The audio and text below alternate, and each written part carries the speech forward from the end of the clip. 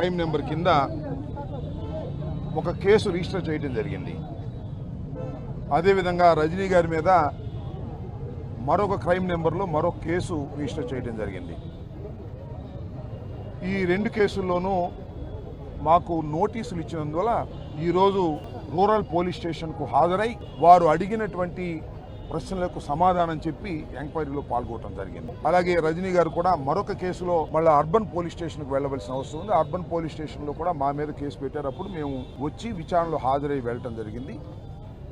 ఈరోజు ఆయన అంతకు ముందు రాలేదు కాబట్టి ఈరోజు అక్కడ కూడా హాజరైన తర్వాత వెళ్ళటం జరుగుతాం. మీ అందరికీ తెలుసు, మేమిద్దరం కూడా జగన్మోహన్ రెడ్డి గారి క్యాబినెట్లో మంత్రులుగా చేసినటువంటి వ్యక్తులం. మా మీద కేసులు పెట్టి ఇలా పోలీస్ స్టేషన్కు తిప్పేటటువంటి కార్యక్రమాన్ని నారా చంద్రబాబు నాయుడు గారు, లోకేష్ గారు, కూటమి ప్రభుత్వం పనిగట్టుకు చేస్తున్నది.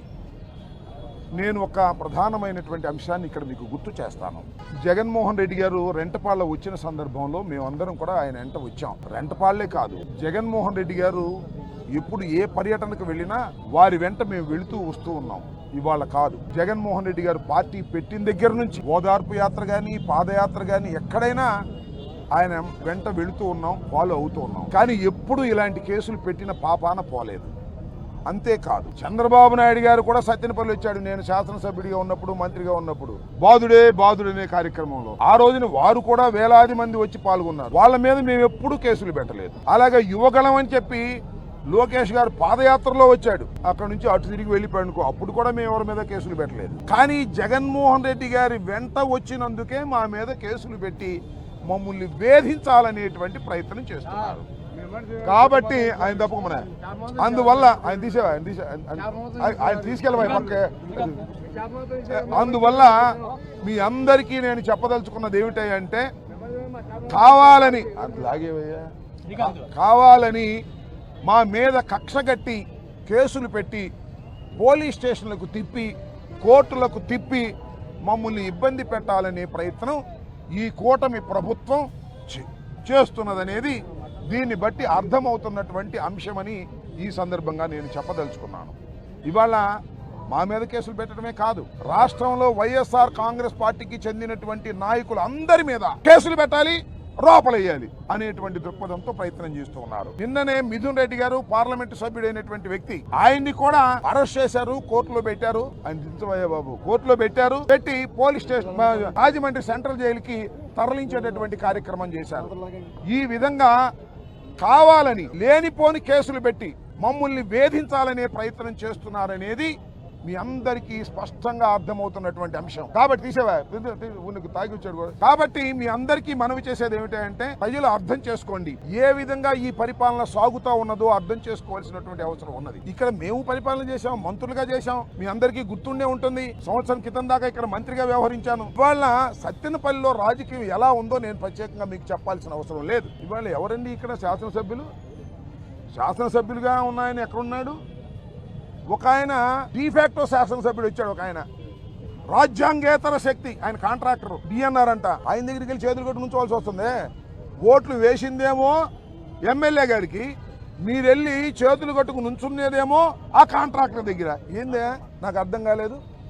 ఓట్లు వేసిన వాళ్ళకి సిగ్గు లేదా అని అడుగుతా ఉన్నా. ఆ ఎమ్మెల్యే గారికి రాసి ఇచ్చేసాడు కాంట్రాక్ట్ మొత్తాన్ని. వాళ్ళు వెళ్ళి అక్కడ కూర్చొని రాజకీయం చేసుకోవాల్సిన పరిస్థితి, చేతులు కట్టుకుని ఆయన దగ్గరికి వెళ్ళాలి. ఆయన ఈ సత్తెనపల్లిలో ఉన్నటువంటి స్థలాలన్నీ ఆక్రమించుకుంటాడు, డిస్ప్యూట్లో ఉన్నాయి, దాన్ని ప్లాట్లు వేస్తాడు, అమ్ముతా ఉంటాడు. ఈ విధమైనటువంటి కార్యక్రమాలు ఇక్కడ జరుగుతూ ఉన్నాయి. లిక్కర్ స్కామ్ అంటున్నారు కదా. నేను ఒకటి మనవి చేస్తున్నా, ఇవాళ ఈ నియోజకవర్గంలో ఈ హెడ్ క్వార్టర్లో 4 బార్లు ఉన్నాయి.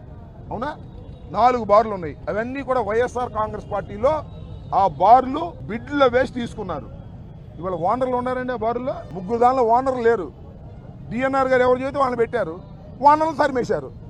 ఇంతకన్నా దారుణం ఏం కావాలి?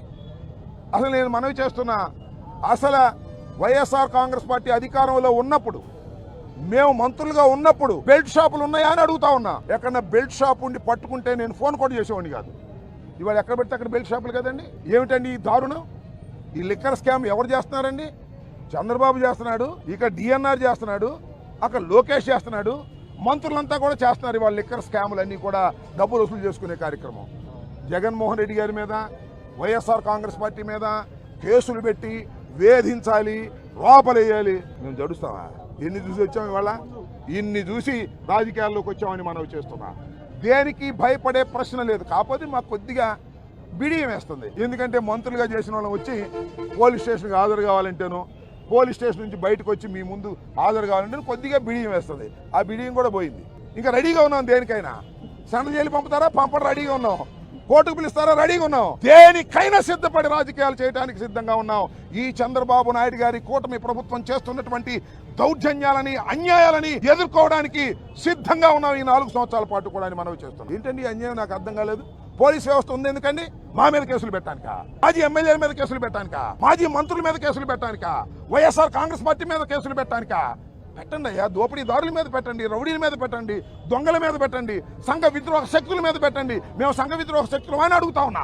మేము సంఘ విద్రోహ శక్తులు కాదు, ప్రజాసేవ చేయడానికి రాజకీయాల్లో వచ్చాం, ఎన్నిక కాబడ్డాం, మంత్రులుగా చేశాం. మా మీద కేసులు పెట్టి మమ్మల్ని అణచాలని ప్రయత్నం చేసే లోకేష్ కి, చంద్రబాబుకి బుద్ధి చెప్పి తీరుతాం రాబోయే కాలంలో మనం చేస్తున్నా.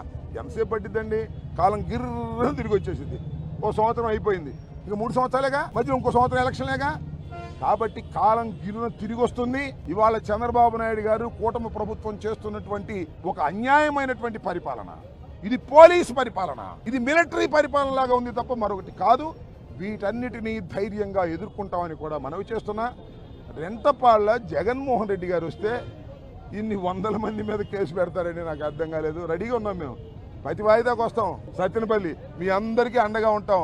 103 పెట్టారు, 113 మందిని పెట్టారు, ఇంకా కొంతమందిని కూడా పెడతారు. ఇప్పుడు 7 పెట్టారు, ఇంకా కొంతమందిని పెడతారు. భార్గవ్ దీనిలో ఉన్నాడు, అప్పిరెడ్డి దీనిలో ఉన్నాడు, మేడం గారు దీనిలో ఉన్నారు. అందరు బోర్డు అంతమంది నాయకులందరినీ దీనిలో పెట్టారు. రోజు వాయిదాకి వస్తాం, మిమ్మల్ని అందరినీ కలుసుకుంటాం, మీకు ధైర్యం చెబుతాం. మీరు మాకు ధైర్యం, మేము మీకు ధైర్యం. కలిసికట్టుగా ముందుకు వెళదాం.